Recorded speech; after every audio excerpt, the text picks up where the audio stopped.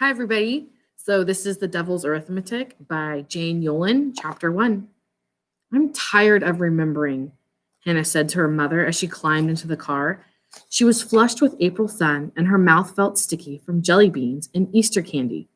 You know it's Passover, her mother said, sighing in a voice deliberately low. She kept smiling so that no one at Rosemary's house would know they were arguing.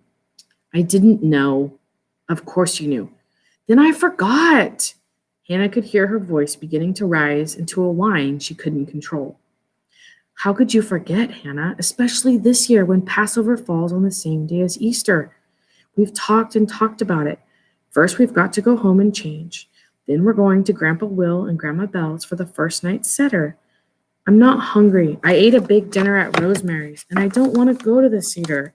Aaron and I will be the only kids there, and everyone will just say how much we've grown, even though they just saw us last month. And besides, the punchlines of all the jokes will be in Yiddish.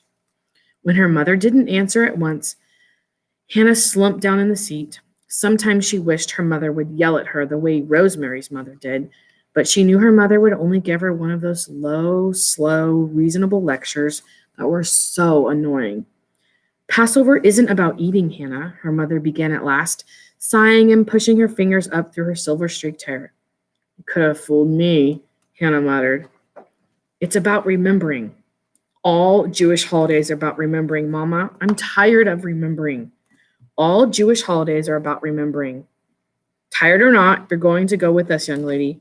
Grandpa Will and Grandma Belle are expecting the entire family, and that means you too. You have to remember how much family means to them. Grandma lost both her parents to the Nazis before she and her brother managed to escape.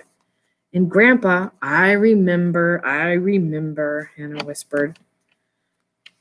Will lost everyone but your Aunt Eva, a family of 8, all but wiped out. She sighed again, but Hannah suspected there was little sympathy in that sign. It was more like punctuation. Instead of putting periods at the ends of sentences, her mother sighed. Hannah rolled her eyes up and slipped farther down in the seat. Her stomach felt heavy, as if the argument lay there like unleavened bread. It wasn't a particularly long trip from New Rochelle to the Bronx, where her grandparents lived, but the car was overheated as usual, and Aaron complained the entire way. I'm sick, he said loudly. Whether he was unhappy or scared, his voice got louder.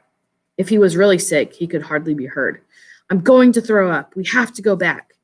As her mother turned around and glared at them from the front seat, Hannah patted Aaron's hand and whispered, Don't be such a baby, Ron. The 4 questions aren't that hard. I can't remember all 4 questions. Aaron almost shouted the last word. You don't have to remember them. Hannah's patience was wearing thin. You're supposed to read them from the Haggadah. What if I can't read it right?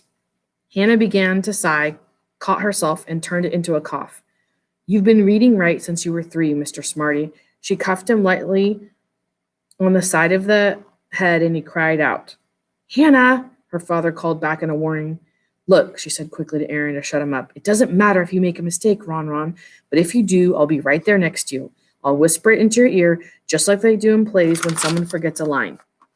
Like Mrs. Graham had to do when you forgot? Just like that. Promise? Promise. She gave him a funny look and then pounced on him, tickling him under the arms and over his belly. When he tried to escape by turning his back to her, she got him again from behind. His laughter rose higher and higher and higher until he almost did throw up. Hannah, her father said again, and her mother stared at them so fiercely over the seat that they drew themselves into opposite corners, staring out their windows with expressions of injured innocence. A few miles farther on, Aaron begged, Tell me a story, Hannah, please.